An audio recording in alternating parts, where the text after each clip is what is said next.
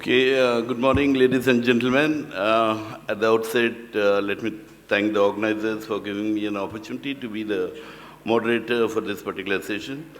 And especially thanks to Mr. Joseph for all the nice goody words he has told about me. It's very nice of him. In fact, he is a person who is more accessible and lovable, and he's a person of a different personality. So it's very kind of him and to say all good words about me, and I thank you once again. Unfortunately, or fortunately, whatever, good or bad, although I represent the ministry, we had for the last 2 days, even today, our director, one from the ministry and the director from NISD, both Mr. Virendra Mishra and Mr. Kagesh Garg, who have been sharing a lot on the program of the ministry for drug demand reduction and what is the role of NISD. So I think I'm hardly left with any kind of information or ideas, but still I feel like sharing a few things. Before I could start off, I invite the eminent speakers, because the topic as such is very vital, very important in the present context when we talk about communities and civil society. This particular topic is very relevant in the sense even for our ministry, because our ministry, the basic premise in which the program starts off is to have a kind of a community-based approach. And that when we talk about community-based approach, the best way to reach to the communities is through civil societies. So I thought maybe this would be the appropriate session where all the participants, the eminent panelists would be speaking on it, both from the international perspective as well as the national and the local level, so that it will be a wonderful discussion, and followed by it, we'll have further questions and answers. To start with, I would invite the panelists. I would first invite, let me repeat again, the topic for the panel discussion for today is on role of communities and civil societies in creating SAFE. This is a very interesting concept which they are coming up, and I'm sure we would like to listen about it. That is substance use for free environment, substance abuse for free environment. This is what it is, free environment. So let's hear more about it, and I would first request to start with Mr. Esbjörn Hörnberg. He's the international president for the World Federation Against Drugs.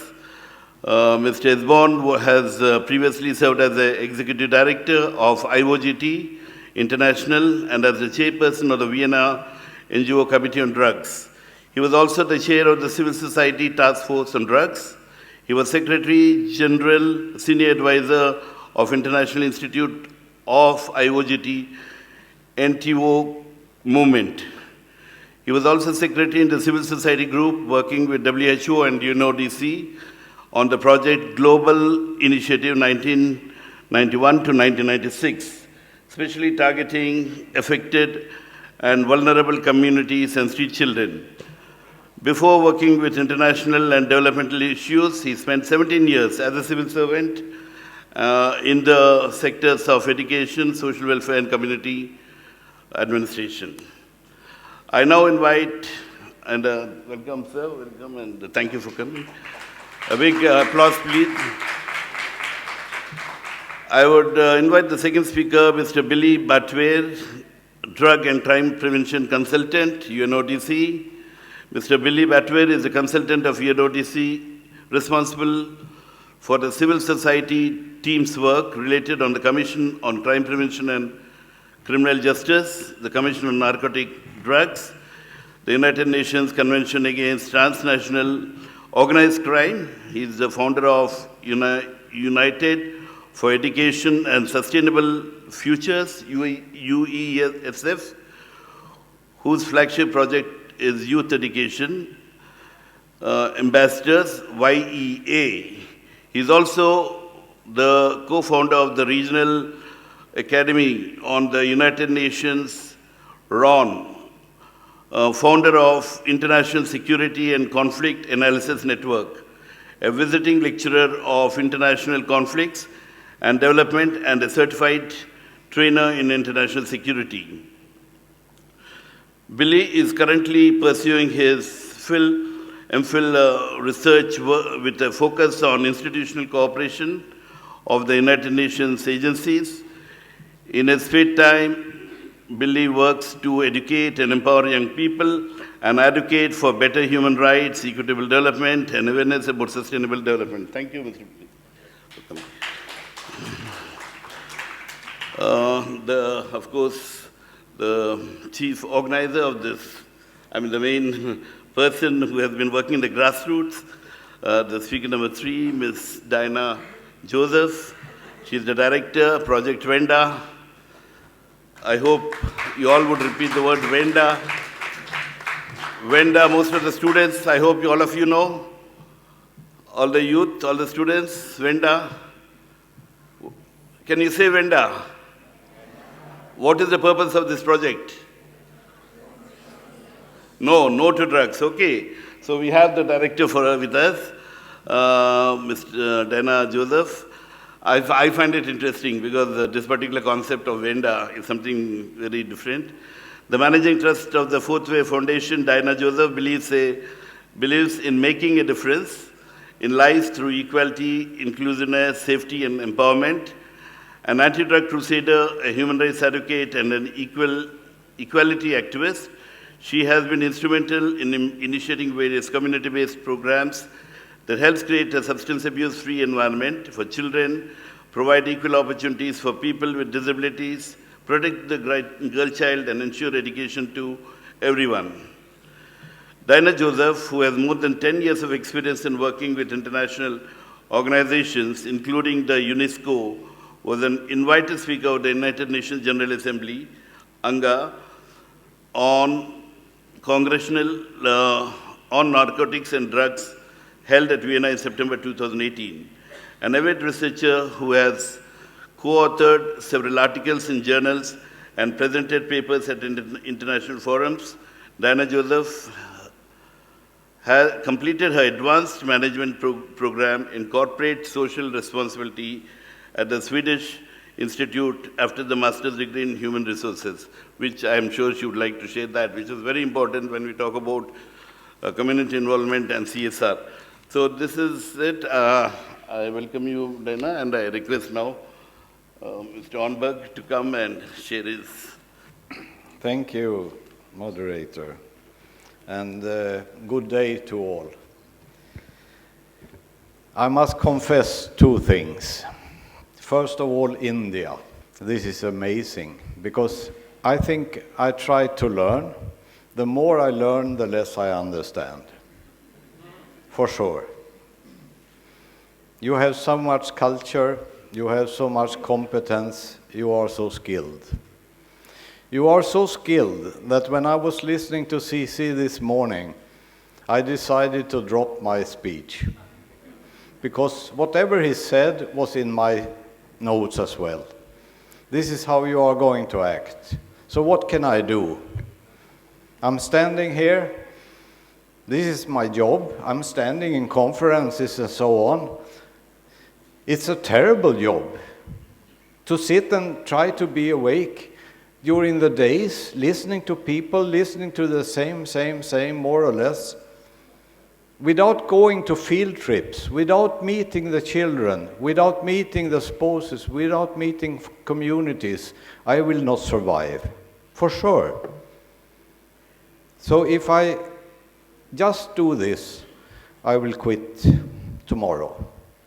I have been young, yes, believe it or not, yes. I have been 28. And when I was 28, I was working with development, and I continued to do this.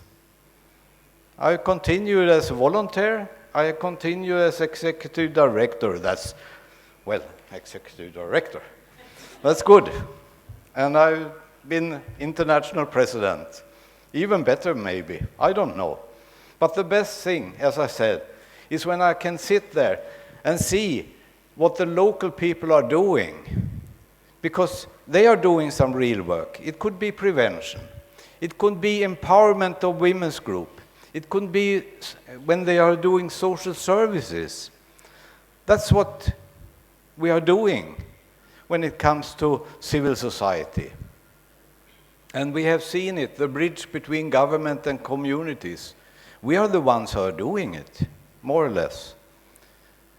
I have been together with Billy and a number of other peoples in Vienna. I have been listening to Kofi Annan, and I have been listening to other people, very important people, talking about the situation. I have been listening to the Iran representative telling that, well, they don't accept civil society. At least this is what they try to give as a message.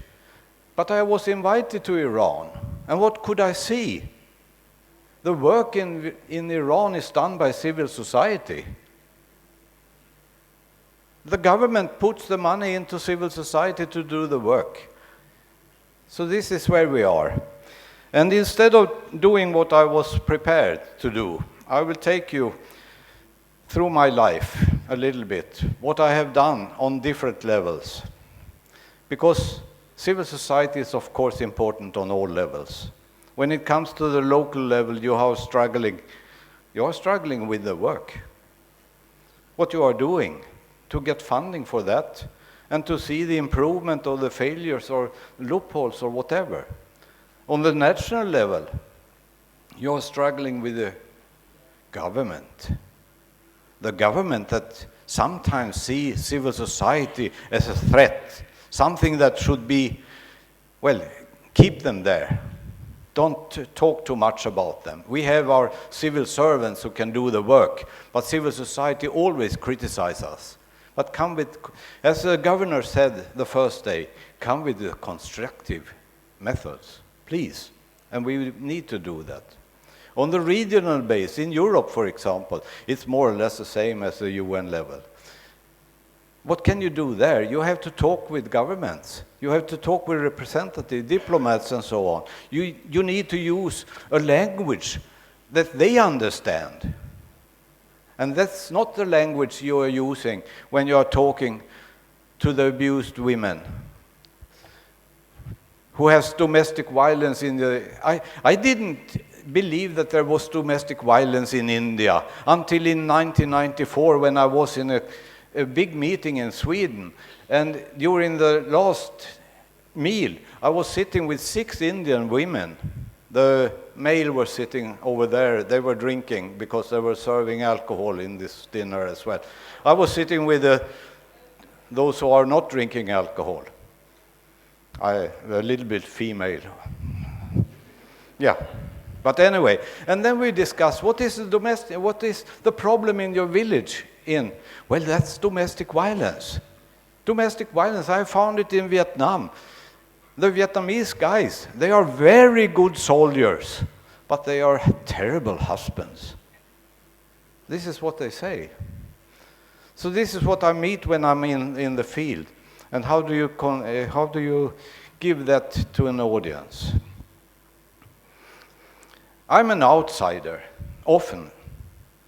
When I come somewhere, they see me as someone who is a guest, who is just passing by. 1 day, 2 days, or something. I try to learn. I really try to learn. Not the language, because I cannot understand, that's no use. But how do you eat? How do you treat your family? How do you go to school? Do you have to pay? Do you have to give bribes to get to school, to hospitals, or whatever? I like to know that, so I can understand the situation with the people that hopefully I can do something for. Not me, but someone I know that can help them. That could be an insider. If I can see, I see a number of you who could be insiders if I should do work in Cochin or Trivandrum or wherever here in Kerala. I do believe. This is what I do. I try to see if there is a possibility to connect people. Those who can do something, who can help. someone who could empower people. And this is what I need to know, the problems. I don't need to know the successes. I need to know the problems and the real problems. Because sometimes when you're speaking with authorities, oh, this is great. We are talking together with Jimmy on that level in Billy, in Geneva or Vienna, in the International Narcotic Control Board. They are going out, talking to governments about the situation on narcotics in the country. And we are, from our side, trying to provide the vision or the result or the perspective from the civil society, the real situation. And then they can judge what's going on, what can we do. We are trying to train champions, as we say, because we need champions. You have a number of them here. And VENDA had, last night we could see a number of them. And this is a project as well as I have seen sometimes. Well, coming to what I would like to say. Way back when I was a little bit younger, I was invited to Gambia in West Africa. Because we are doing development work, it's not only talking about drugs and alcohol, empowerment of women's group. That was what we were doing in Kerawan, in the part of Gambia. Gambia is a very, very small country, smaller than Cochin. And we were there, and the women were so happy. And in the night, they arranged a dance. The male, they disappeared. The guys disappeared. So we were 3 foreigners, outsiders, together with the women's group who had children. The grandmothers had the children, the granddaughter or grandson on the back. And they were playing drums and we were dancing. And I felt that, well, this is where we were born. Actually, it was such a feeling. And then suddenly the electricity was gone. It was totally black out there. And then they came with small lights and a living hen. They would like me as a representative from the outsiders, from the donors, who had given them the possibility to work for small employment inside their village, to encourage them to do something for the children. I had a living hen, 11 o'clock in the evening, in the rural areas of Gambia. What to do with that? This will give food for a family for a couple of days. So it was a precious gift. And I was so humble. And I still remember how nice it was to be together with those women, because they cared about the family. And I learned so much about communities and how they could be improved by selecting the groups that are so important. The next thing was when we came to the northern part of Sri Lanka, very close to here, the Karinagar Peninsula, close to Jaffna. And there we were building hospitals, or not hospital, but some kind of medical treatment, library, women's center, child care, but also fisheries for the guys to go out fishing on the water between India and Sri Lanka and so on. And I learned that you can do local work there, but you should not do the work. You should teach a little bit, but you should find the people in the village who could be the champions in the coming years. The next event I would like to tell you, that's a number of years later. I was in East Africa, in Kenya, in Nairobi, and I was asked to come to a slum area, 800,000 people, the whole population of Cochin, inside a slum. What did they do there? They were playing football. And I saw the two guys, and it's like this, you know. When I saw what they did in Matar Islam, those who wanted to play, they needed to do social work. If they wanted to be in the game, they needed to do some social work. To clean the area around their houses, to train younger boys and girls, and so on. And this was something that really came into my mind. How can we use this? Because you don't need so much equipment. You just need to organize, and you need to find the champions. We brought it to Tanzania, the neighboring country, where we started in a small scale to have football teams. And we tried to give them information about alcohol and drugs, about sex education, because so many young girls in the villages were pregnant. So we needed to do something about that as well. And can you imagine, in 2 years, we had what we call the Sober Super Cup on the national arena in Dar es Salaam, with mixed teams where boys and girls played together. This was impossible from the beginning, but together with the community and together with those committed champions, we did it. And a couple of years later, they had a national female team, and the goalkeeper came from our team. That was really something. And then you can understand, you can go back to Sweden, you can sit in meetings like this, you can sit and talk about funding. That's nothing when you have this input into your life. Last input I had was actually in Thailand, and some of the people here was working with this. It was on the borderline between Thailand and Myanmar, where there was a number of people who had fled the poverty and the repression in one country, coming to Thailand without citizenship, and how to deal with that. How to get them the possibility to come into a community, into a nation or something like that. And to listen to those people and to see how they was working with community. And once again, women's groups, so important in this region, so important on the global level. They could make a change. And I was listening to young girls, 15 years old, with dreams. And I compare their dreams to what I can hear back in Sweden. Because in Sweden, they would like to be photo models, stars, something like this.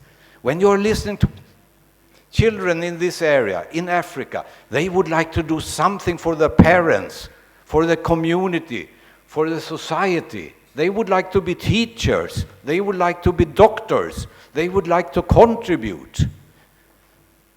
You have so much competence. You have so much skills. You have so much commitments out there. So please, thank you very much for giving me the opportunity to be here and to see Project VENDA and to listen to what you have done. Thank you.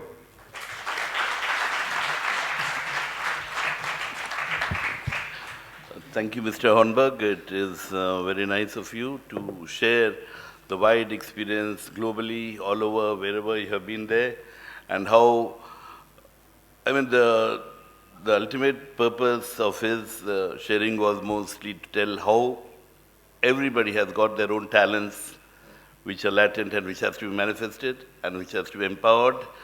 And this is something which we really have to work, and the motto of empowering communities, the motto of empowering individuals in a community is something which is very important. And thank you, Mr. Hörnberg, for this. Now I request Mr. Billy to come over and share his views.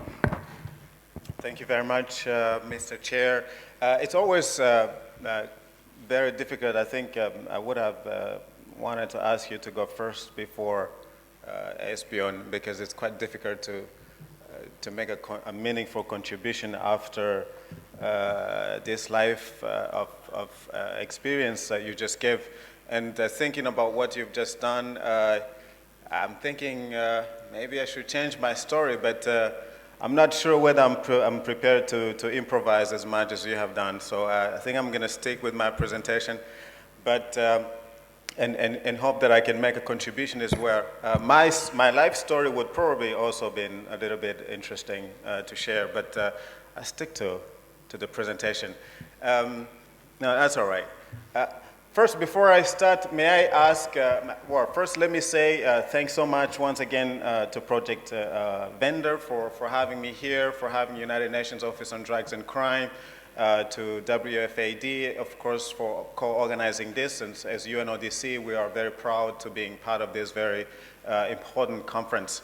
And as some of the speakers already mentioned this morning, I'm extremely happy that there are so many young people here today. And I would like to ask the young people a favor, because I would actually like to see how it looks like to have so many young people in the audience. May I ask you to stand up so that people can actually see that you are here, the young people, especially those who came today, but if you've been here for the last few days as well, please stand up. Oh, that's incredible. That's really, really amazing. Thank you so much for being here.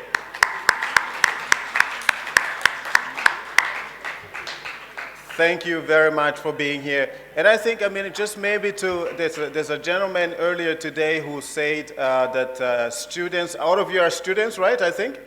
Okay. There's a gentleman this morning who said that students are citizens of tomorrow. And I made this point the other day as well. You know, I respect his opinion on that, but I respectively disagree, actually, on that particular notion. I think the students are also the citizens of today, right? The students are the citizens of today, because I think if you look at Project VENDA, for instance, the stories we heard yesterday, a lot of these are being realized. It could not be realized without the support of students. So actually, you are making incredible contributions, and thank you so much for doing that.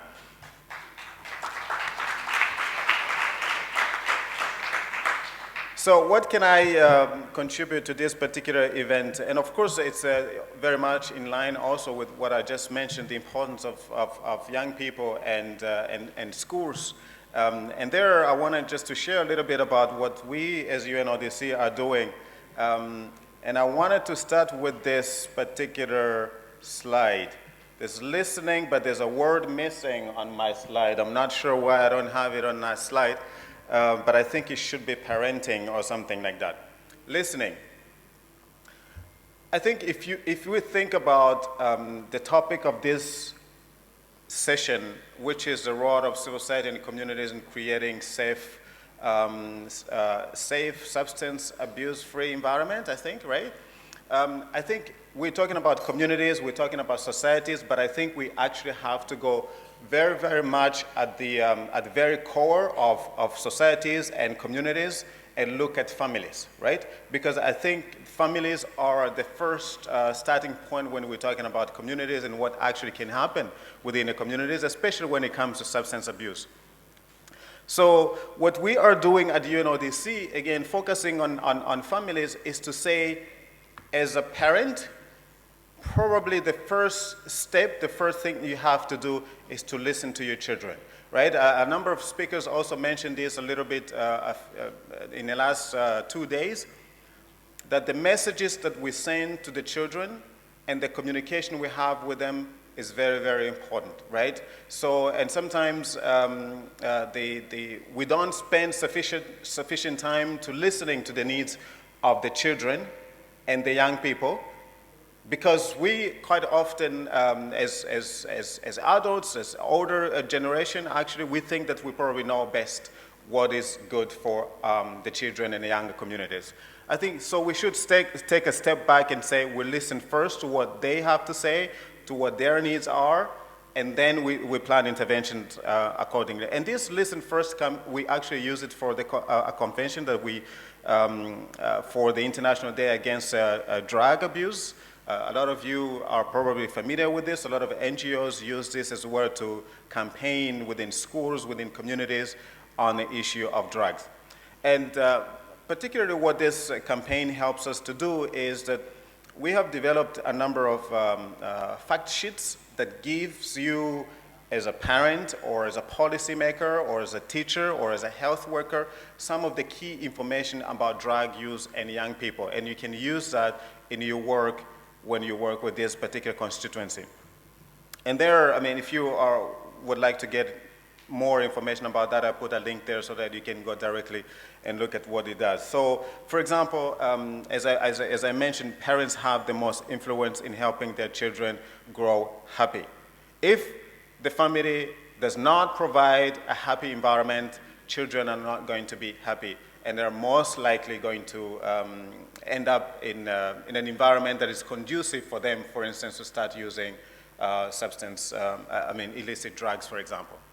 So UNODC, the way that at least we engage communities at different levels, and of course, we work very much on family levels. We work in schools, communities, workplaces, and health sector places.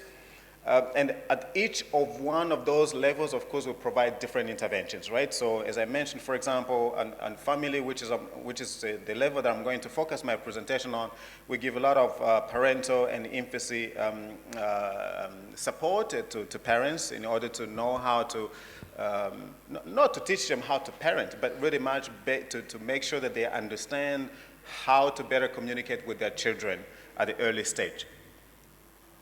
Parenting skills, yes, of course, and I was very happy to hear, for example, from the gentleman from Sweden, Frederick, right, talking about some of the measures that they have in place, for example, in terms of if you're a parent and you are a drug addict parent, that the government actually has a responsibility probably not to teach you how to parent, but actually in the interest of the child to make sure that there's a service that's provided to the child especially, but also to the family in the interest of the entire family. So we do more or less similar things at the UNODC with families. Of course, we don't take children away from parents. Like this is a government's job. We don't do this at UNODC. No, we don't do that. So family is key here. And some of the things that we are doing in the context of what we call family skills, which is family skills are pretty much programs that aim to strengthen family protective factors such as communication, as I mentioned, trust. Trust is very important between the parents and their children, problem-solving skills, and conflict resolution. Right, okay, conflict resolution, what does that actually have to do with drug abuse? Conflict resolution? Can anybody tell me, the young people, conflict resolution? Is this drug abuse? Is it a conflict? Young people, you think this is a conflict? The young people. Yes, it is a conflict. Of course it's a conflict. It's social conflict, right, within the families. When there's a disagreement, what is a conflict? It's just a disagreement between two stakeholders or two individuals, two key actors. But it could also be a disagreement within yourself. So, of course, building trust and providing skills on conflict resolution is very, very important here. But what it does is it includes opportunities for parents and children to spend positive time together. In this day and age, it's extremely important that parents actually find time to spend with their children. I mean, I know we're all busy. We're on missions all the time. I mean, Esbjörn is on the road all the time. All of us are extremely busy, but it's very, very important, obviously, in the bringing up of a child to make sure that parents actually find time to spend with their children. But it focuses on relationships and behavioral change and practices. So this is where really the focus goes on what kind of relationships parents can build with their children and what kind of behaviors that they can actually develop. This program is actually implemented in many, many different countries, not in India yet, right? I say yet. I have a colleague of mine also from our New Delhi office. We're working on this. Each country is different. Of course, conditions in the country determine whether we actually implement these programs in the countries or not. Conditions have to be conducive for us to do that. We have to have sufficient partnership within the local context. So we're not in India yet, but we're in many different countries, as you can see there. But in doing our work on that particular front, we have observed a number of obstacles. So for example, we have observed that in a lot of communities we have worked on, there are different ways that families understand this. So for example, our families do not like to discuss drugs. Okay, is it the case in India? How is it like? Do your parents talk to you about drugs? There you go. They don't talk to you about drugs. So obviously it depends on the context, right? In my country, for example, I come from Rwanda originally. Several years ago, you could not talk about, sexual behavior with younger girls in the communities. It's not. It wasn't just something you can practice. It's not something that you do according to our culture. So obviously this is a thing in India as well. You don't talk about drugs. Families also are different than, our families are different than families where evidence is generated. Okay, where is the evidence on addressing the war drug problem generated? Is it in India? Probably not, okay? I mean, we see, of course, a lot of work that is Project VENDA is doing, a lot of other international NGOs here in India, in Sri Lanka, and neighboring countries are doing. You're trying to get there, right? You're trying to get there to kind of generate country-specific, region-specific evidence. But most of the evidence that we have is actually coming from different other places, right? International instruments which are probably agreed upon, of course, most probably also with your country's consent, but probably in Vienna, in Geneva, in New York, and so on and so forth. So they quite often do not resonate with the local context. So one of those programs that we're implementing is so-called the Strong Family Program, which gives skills for families in humanitarian challenges. Okay, the countries that you saw on that particular map, you could read a lot. I mean, at least if I go very quickly back to this map, you could see that a lot of these countries are countries that are actually in conflict, right? So that's why most of our interventions on a Strong Family Program is actually focusing on these particular families that are in conflict. It aims to improve parenting skills, child well-being, but also for caregivers. We provide it for caregivers, but also we give different sessions. I mean, depending whether it's a family or whether it's children, whether it's a family, parents only, or whether it's a whole family, we provide different services here. So in terms of specifically how does that work? So for caregivers, for instance, we provide we explore parents' challenges that they face in their own communities. Is it poverty? Is it issues within their own families? We provide also skills to develop ways to better deal with stress, which can of course be caused by many different factors. The value of using both love and limits. Yeah, there are always limits. I mean, parents can love you as much as they want, but there are always limits. So obviously, when your parent is a little bit strict on you on a number of things, it's not because they do not love you. It's because perhaps you've gone out of limits as to what you can do. And sometimes as young people, I've been there, where we all have been young people. Young people take a lot of risks. That's why, I mean, we can do a lot of things because you especially, because we take a lot of risks. And sometimes those risks, they kind of go over the limits, and parents have to be able to bring you back. For children, we teach them how to deal with stress as well within the families, but also to explore rules and responsibilities. Again, a lot of role models that we have seen in this conference, I see them everywhere. I travel. Esbjörn mentioned the other day, Greta, this lady who is campaigning for environment. I mean, there are many other young people who are doing the same on different other topics. So obviously, we kind of also help them to identify what they can do in their communities. And with family sessions, we provide practice, positive communication, and so on and so forth. Okay, so what have we seen? Okay, we have implemented this program in many different countries, and what we can say is that it's actually working, right? It works. It works whether it's for girls and boys, it works the same. You can see, for instance, on this particular graph, from the first time that we provide this service to the third time we provide service, how the curve is going down, right? So this is, the lower the curve goes, the less that the people that we have provided these services for have then continued to use drugs or substances, or let's say, kind of are on the path to quit using illicit drugs. So here we say families are at the forefront, right? When you talk about war, the soldiers, the police are at the forefront. I mean, we talked about law enforcement being at the forefront of demand, supply reduction of drugs. Here, when in this particular context, family at the forefront, because everything starts within the family. That means strong and effective interventions also must start within the families. Some of the inspirational, maybe to just conclude, we have seen that these family skills, they work, right? They work.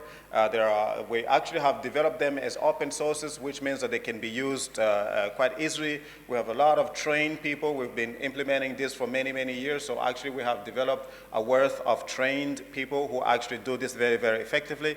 Again, it could be an extensive program. It could also be a light session. And we also have seen that they can help reach many families in need. And but we cannot do it alone, right? We cannot do it alone. We always need help. We always need civil society organizations to be there to help us reach the communities. But we also need you young people, especially, to come on board on this, right? Because we can have as many good ideas, as many good projects, or as many good policies as we want. If you are not keen on joining those initiatives, we're not going to be successful. So obviously we need your help, we need parents' help, but we need mostly the help of young people to be on board on this. For more information on this, we have a colleague of mine who is sitting in Vienna, who has actually been part of the team that has developed this program, can be contacted. Of course, you can contact me as well, but he's in a much, much better position because he's developed this program and he's been one of the trainers to implement it. And with that, I thank you so much again, and really looking forward to having a nice conversation with you, especially the young people.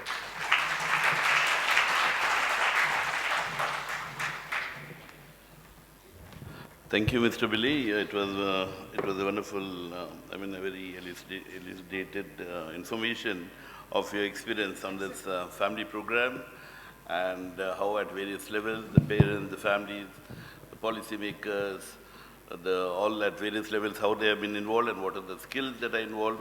This has been shared, and I'm sure that this has brought about good results in the various countries which we have been working with. We were given 15 minutes late, so we can continue for the next 15 minutes. So at the far end of the program, for this particular panel, I request Dana Joseph to share her views. Yes? Do you have anything? Because this experience is more important, being a local, and she has been trying, doing this, and mostly the public-private partnership and the CSR, how they're involved, how the communities are brought together, and how best the student you have been, we can see here in this particular auditorium, how the students have come and participated. So in that regard, I would request Dana to share her experience. Please come.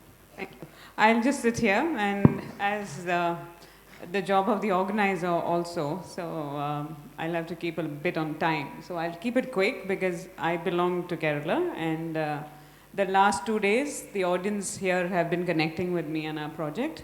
Particularly what Esbjörn and Billy has been trying to do is talk to the youngsters gathered today, okay? The primary message was to all youngsters, and it is an effort for VENDA to bring students from across 14 districts. All districts of Kerala have been represented in this hall.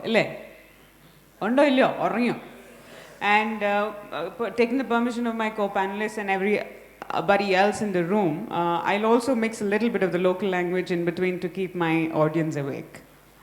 the youngsters awake. Is that okay? Is that okay? Okay. Okay, thank you. I've got both their permissions. VENDA. Okay. I'm particularly speaking to the 100-odd youth in this room. Okay, what we are trying to do here, in the last session you saw enforcement, you saw the police, you saw the criminal justice system, trying to tell you what it is to run the program at a country level, at a state level, and try and implement it across in a human rights angle, trying to be just across these job roles that they hold. It's not easy. When we are talking narcotics and drugs, implementation and incarceration and the criminal system itself is a huge process. Like the the previous panelists mentioned, we fear that in the coming few years, we will have more people in prison, more youth in prison than we have outside, because of the kind of numbers we are already gathering. Chumma varayalla. നമ്മുടെ നാട്ടിൽ prevalence rate, you know what a prevalence rate is? 100 പിള്ളേരുടെ ഇടയിൽ ഞങ്ങൾ class എടുക്കുകയാണെങ്കിൽ we have 10 children who come forward and say we need help. College ലെവലിൽ കയറുമ്പോൾ നിങ്ങളൊരു number പറഞ്ഞു 100 പിള്ളേരുടെ ഇടയിൽ if we were to come and take classes on drugs and say there's counseling available outside, counselors are outside, what is the kind of numbers out of 100 that will come for counseling? Just give me a para. 25%. It's coming from the students. And you are right. From what we understand, school level it's 10%, and if I were to come to a college or a university and offer my services for counseling, we could easily get 20 to 25% of youngsters coming and saying, help us. Help us. And those kind of numbers we're not going to be able to deal. No judicial system, no hospital system, no care system can handle those numbers. And if those numbers are to be dealt with, prevention is the only way forward. And what is prevention? What is prevention? Do you all understand these terms? Prevention is CC trying to keep the 90% who have not even tried this thing away from it. The 10% itself is too much to handle. Because we're a large country, and the kind of services we have will never match to the kind of trouble that's going to be created through narcotics. So the best way to is keep them away, because there is no sense in doing this thing. So I'm going to give you 3 simple examples of what you youth can do to make it a better place. Okay? And this is very key secrets to VENDA. They ask us, why is VENDA so successful? Simply because we work with the youth and the youngsters to be communicating to youngsters. This is our core secret. We are not judicial officers, excise officers standing in your classes and taking sessions on drugs. We don't give any information about drugs at all. All we even do in our school classes is talk about gateways. Gateways Gateways is basically alcohol, tobacco and other sniffing products. These are the only things we talk about in school, because drugs you all know. What is Kanjavi, you know, what's cocaine, what's heroin, everybody knows. We're not going to give you information on what it does. So what we simply do is find the right youngster who can take a stand, understand why he should be saying this, and with conviction talk to the others. This is all we do at VENDA. It's not rocket science. And I'm going to give you 3 key clues of how we successfully do it as a community. This section is about enabling communities to be proactive in making substance-free, abuse-free environment. Safe environments. Substance abuse-free environments. It's an open term by VENDA. All of you should go back and start SAFE programs in your colleges. We have no copyright on that word at all. Safe environments is what we all need to create. 3 simple things. 1, we have to look at something called the Icelandic model, which we are all talking about here for the last 2 days. There are countries across the world, and we have 28 countries represented in this hall here, who have done something credible in their own right to say they are fighting this. It's a huge problem across the globe. And one of those models that we at VENDA have been propagating is the Icelandic model. Icelandic model, where's Iceland? Nariyamo? ഒരു പിടിയില്ല. മാപ്പ് കണ്ടിട്ടുണ്ടോ? You're sitting in a UNODC conference. You know where's Iceland? Chuma. Okay. So go and find out where Iceland is on the map and how tiny it is. നിങ്ങളുടെ കൊച്ചു കേരളത്തിൻ്റെ 1/3 or 1/4 എങ്ങാണ്ടുള്ള സംഭവം. They have been able to implement, they had youngsters who would use drugs, alcohol and tobacco. I'm not even giving you those percentages because we'll be very encouraged. But they have been able to fight this and bring those numbers and move the trajectory and bring it as low as less than 5% in a couple of years. It's taken a good decade for them to fight it. You all go and study this model. As youngsters, you have to go back and not listen to all those funny, half-edited, paadi kallam parayana videos on why should we legalize marijuana, cannabis. All don't look at all those rubbish. It's all half-edited, half-truths. Okay? And don't even argue on those things that you hear online. It's just information that you really don't need. Go and look at the right models, look at Iceland, look what they've done, look what youngsters have done to change that story. Simply, they have been proactive. 8 o'clock karinal, they have a curfew, families come out, families and parents come out and they're actually playing the role of the police and the cops and sending their youngsters back home. Simple things, which we as a community have always been doing. And now it's become a fancy thing for us to hang around in the nights and use all these substances. And when the cops come by, we are like, don't know what to do. And they also don't know what to do with youngsters because they have no intent to spoil your lives. And they'll say, go home. And we're doing the same thing again and again and again. And in less than 2-3 months, we are all addicts.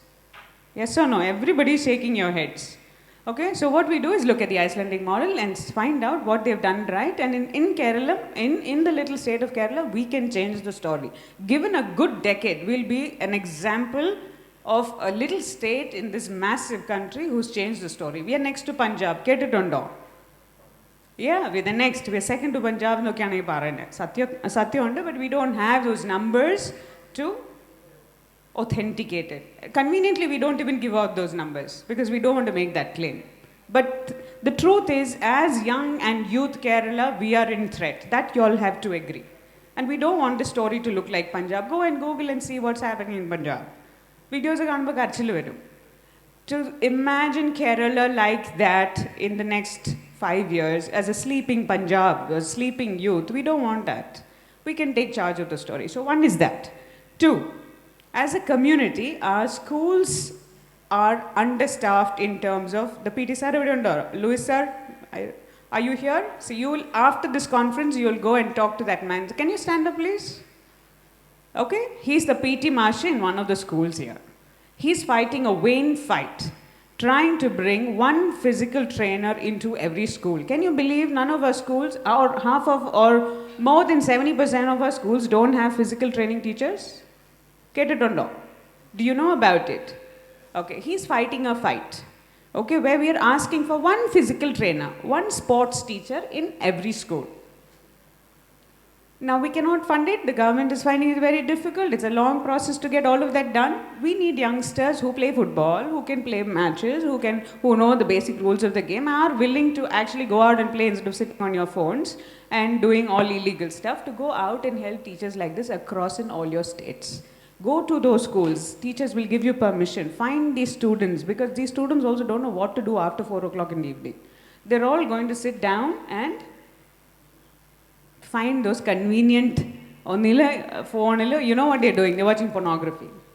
Okay? Our youngsters are all sitting in groups and watching pornography. Get them off, get them onto the ground. You're a youth. You all can actually bring children out of the schools, get onto the grounds and play some games. I wonder if you all do. Physical exercise undo. Surprisingly, in the areas we work, we have girls who play football, and we have 50% of girls who love to play football. In a state in Kerala where they don't encourage football for girls. Any football player, girl football player in this room? We won't find one. But in the community that I work, we have 50% of girls who play football. So the example is that PT teacher here. Please go find out what the problems in our schools is, why we don't have physical training teachers. And all of you who can move a leg and kick a ball, get all the youngsters out of schools, form your little groups in your districts, get them to play. Alternative pursuits is our second key success program. VENDA has nothing as a patent or content that we want to hoard. We want to change the story and we're giving it free to you. Second is what? You're going to do the alternative pursuits program in all your schools and colleges. What is alternative pursuits? Get them into playing ball or whatever they like in terms of a game or a sport. Get them into art, theatre and music, something that will keep them away from all these substances and unnecessary behaviors. Second, simple 3 rules. We are going to work with the jurisdiction, the enforcement and the criminal justice system. You don't have to do anything, you don't have to be police. Police academy, I don't know how successful it is, but we wish them all success. But I think we can do as common citizens something very simple. 100 meters around your educational institution. Okay, this is very specific to India and Kerala. COPTA എന്ന് പറയുന്ന ഒരു act ഉണ്ട്. You know, have you heard of it? COTPA. Cigarette and Other Tobacco Products Act. Go and read it. അതിൽ Section 6 എന്ന് പറയുന്ന ഒരു സംഭവം ഉണ്ട്. Section 6 of the COTPA Act. Read it carefully. It says 100 meters around your school or educational institutions, nobody can sell anything that is related to cigarette, tobacco, alcohol, or any other substances. Let's enforce that very simply. Nobody is going to come and take your neck out for it. Nobody is going to do it. We are citizens, we have a right to protect our young. We are not fighting a mafia, we are not doing anything with the industry, we are just trying to say, keep our children safe. I think youngsters, are you all good game for this? We call it officially at VENDA the S.A.F.E audit, Substance Abuse Free Audit, Environment Audit. There process it is a 2-page simple tick box kind of stuff to ensure that your environments are substance abuse free. We will make it online in a few months. We're just piloting it. In a few months, we'll have it online for you so you can download. And it's just 2 pages of tick boxes to ensure that your neighborhood is substance abuse free. If you guys as a little army can do these things, I think we will change the story in a couple of years. Do you trust me to it? Can we do it? We can actually do it, and that's why you're invited. You're actually sharing stage with people who've been fighting this at the UN in their own countries, at the country level, at the policy level. Last 2 days we've been trying to discuss that on how to make our countries be able to do something that is productive in terms of fighting this. And we've all come to a consensus that without the youngsters, this battle is vain. This journey doesn't go forward because you guys have to know why we're doing this and join this journey. In Kerala, I think we have a story, and I've seen the most beautiful youngsters because, like CC said, the team at VENDA is average age the team in there. 28 years old. We have people who finish aeronautical engineering to MCA, MBAs who put aside 2-3 years of their career to join VENDA because they believe in the mission. They're all in that t-shirt. They're already going to Can you put your hands up, guys? You inside, if you put 10, nobody will know. Come out and put your hands up. Yeah, see, all of them in these t-shirts. Meet them outside. Talk to them, ask them what they do. They have all these simple stories and keys for you to do this back in your own environments. Get inspired. Let's change the story. So I'm not going to talk much. We don't have time. I'm closing on time, I suppose. We are here. VENDA is here, but you don't get these people. These are very important people. You're sitting with a lot of very important people. Take the time. Talk to them. That's why you're invited, and you've been selected. Do you know you've been selected to sit here? You know how many colleges across Kerala? Can we invite everybody here? No. We've carefully selected your college. We've requested your principal and headmaster to send 2 proactive people who we think will understand this and not go back and talk about cannabis and legalization and marijuana and all of that. We've been very carefully selected to sit in this room to go back and change the story. We're very glad you accepted the invitation. We are very glad you're here, but we as VENDA are around, and all your officers and police officers and all of them are around for you to access. But the people that you see, different colored skin and from other countries, are not going to be here. So make the best of trying to interact with them, meeting them, talking to them, and making the best of this next 3-4 hours. Okay? This is my humble request. So welcome to the conference. We have just 3-4 hours to go. Make the best of it. And I hope I've given you the key secret to VENDA. Will you remember it if I ask you in an hour? Edhito? I suppose. So thank you. Thank you. And half of it I wonder if you understood.